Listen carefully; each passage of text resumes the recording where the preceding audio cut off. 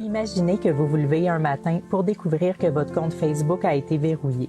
Vous vous dites d'abord que votre compte s'est fait pirater, mais lorsque vous vérifiez votre boîte courriel, vous voyez une note de Facebook vous informant que d'après la nouvelle loi sur la censure, votre dernier statut contenant une critique envers le gouvernement a été catégorisé en tant que discours haineux et désinformation.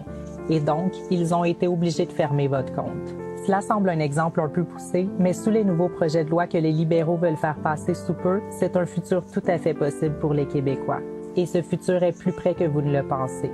En ce moment, le gouvernement fédéral a 3 projets de loi qu'ils veulent faire passer au Parlement, dont 2 sont en cours de vote en ce moment même. Et ces projets de loi permettraient au gouvernement un contrôle direct sur ce que vous voyez, dites et lisez sur Internet. Chacun de ces projets de loi a ses propres objectifs ainsi que des conséquences profondément négatives sur Internet. Donc, quels sont ces projets de loi et que font-ils? Le premier est le C11, qui est le projet de loi sur la diffusion en ligne. Et son but est de contrôler ce que les Canadiens voient sur Internet. Le gouvernement fédéral veut y arriver en donnant au CRTC, l'organisme qui contrôle la télévision et la radio, le mandat de contrôler l'ensemble du contenu canadien diffusé en ligne.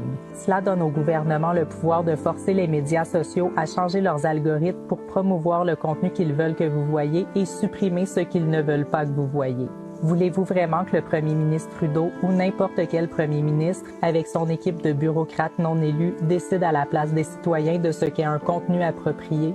Ce projet de loi nuirait énormément à la visibilité des créateurs de contenu québécois et aurait pour effet de remplir vos fils de recommandations YouTube, Facebook ou TikTok de contenu qui ne vous intéresse pas. Il en résulterait également une disparition des médias indépendants. Pensez à tous les scandales et critiques qui auraient pu être cachés aux citoyens au cours des 7 dernières années si le gouvernement avait eu le droit de manipuler les algorithmes pour les supprimer.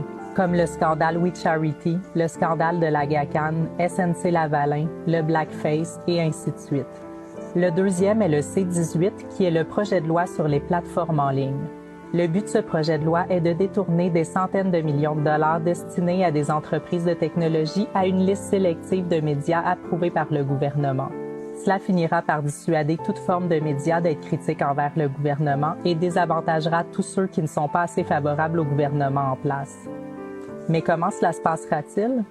Commençons par remettre les choses en contexte. En 2020, lorsque le gouvernement Trudeau a commencé à subventionner les médias de masse à coût de 600 millions de dollars et plus par année, il a également créé l'Organisation journalistique canadienne qualifiée, constituée de 5 inexplicables membres non élus, tous d'anciens journalistes et universitaires. Les membres de cette organisation ont le pouvoir de décider qui a les qualifications pour être une nouvelle organisation ou pas dans ce pays. Revenons à aujourd'hui, le projet de loi C18 forcera les grandes compagnies de technologie comme Facebook et Google à payer les médias de masse chaque fois qu'un contenu est partagé en ligne. La raison est que ces médias traditionnels trouvaient cela injuste que 80% des revenus issus des publicités en ligne aillent directement aux grandes compagnies de technologie, mais plutôt que de modifier leur stratégie ou leur modèle d'affaires afin d'arriver à compétitionner avec elles, ils ont mis de la pression sur le gouvernement pour obtenir un arrangement beaucoup plus avantageux pour eux. Et donc, le plan du gouvernement est de transférer des centaines de millions de dollars à un petit groupe de médias choisis par eux, le résultat étant que ces mêmes médias de nouvelles et autres groupes de médias risqueront maintenant de perdre des millions de dollars en subventions s'ils se mettent le moindrement à critiquer le gouvernement. Un chèque de paye achète la loyauté et l'obéissance. À quel point osez-vous critiquer votre patron ou le tenir responsable de ce qui ne va pas à votre travail? Alors, comment les médias pourraient-ils couvrir et critiquer les actions du gouvernement de qui ils reçoivent des millions de dollars? Au final, le résultat est une disparition totale de la réelle liberté de presse. La liberté de presse est l'un des piliers de la démocratie. Limiter la liberté de parole des médias ou encore créer un environnement où ils ont peur de critiquer est dommageable pour notre société. Ensemble, ces 2 projets de loi signifient pour l'univers virtuel canadien qu'il deviendra un endroit hostile, intolérant, oppressant et stérile.